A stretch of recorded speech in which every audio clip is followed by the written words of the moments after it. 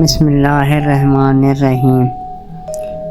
یہ کہانی میری ایک کزن کی ہے۔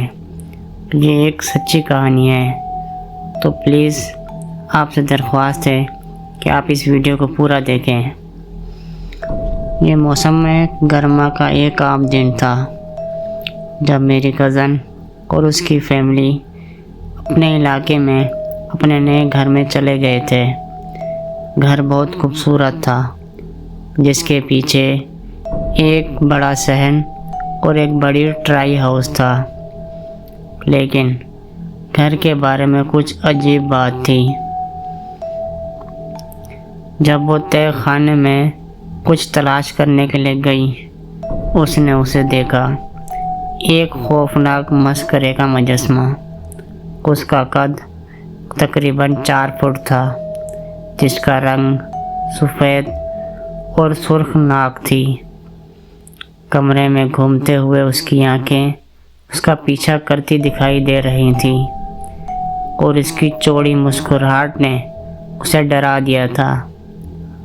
میری کزن نے مجسمے کو نظر انداز کرنے کی کوشش کی، لیکن وہ اس احساس کو ختم نہیں کر سکی کہ اس کے بارے میں کچھ غلط ہے۔ جب بھی وہ تہہ خانے میں ہوتی، اسے ایسا محسوس ہوتا جیسے مسخرہ اسے دیکھ رہا ہو۔ ایک رات میری کزن تہہ خانے سے آنے والی ایک عجیب آواز سے بیدار ہوئی۔ وہ سیڑھیوں سے نیچے اتری، دل کی دوڑیں لگ گئیں، اور دیکھا کہ مسخرے کا مجسمہ حرکت میں آ گیا ہے۔ اب اس کا رخ سیڑھیوں کی طرف تھا، اور اس کی مسکراہٹ پہلے سے بھی زیادہ چوڑی لگ رہی تھی۔ میری کزن نے والدین نے اس کے خدشات کو مسترد کرتے ہوئے کہا، یہ صرف ان کا تصور تھا، لیکن میری کزن جانتی تھی کہ مسخرے کے مجسمے میں کچھ گڑبڑ ہے۔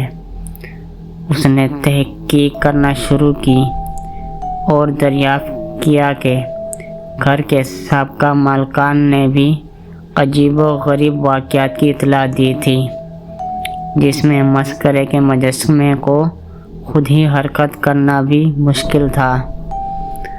میری کزن اب مسخرے کو نظر انداز نہیں کر سکی تھی۔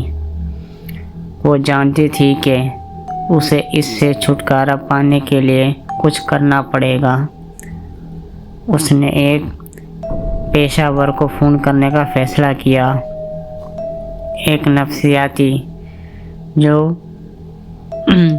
بھوت بنگلوں میں اکثر ان چیزوں کو محسوس کرتا ہے۔ سائیکک گھر پہنچا اور فوراً مسخرے کے مجسمے سے نکلنے والی بری توانائی کو محسوس کیا۔ اس نے میری کزن کے خاندان کو متنبہ کیا کہ مسخرہ ایک شرارتی جذبے کے لیے ایک بدتر ہے، اور اسے فوری طور پر ہٹانے کی ضرورت ہے۔ ایک ساتھ انہوں نے مسخرے سے روح کو نکالنے کے لیے ایک رسم ادا کی۔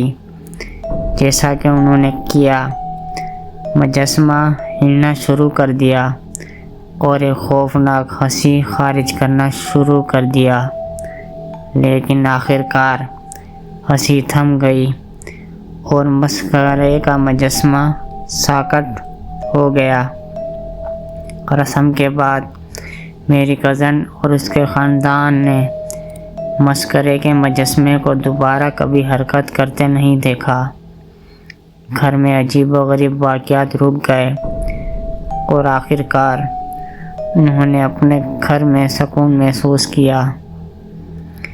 میری کزن نے سیکھا کہ بعض اوقات آپ کو اپنی حرکتوں پر بھروسہ کرنا پڑتا ہے، یہاں تک کہ اگر دوسرے کو لگتا ہے کہ آپ پاگل ہو رہے ہو۔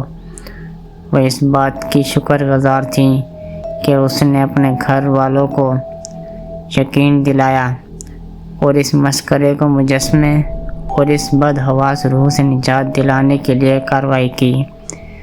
جو اسے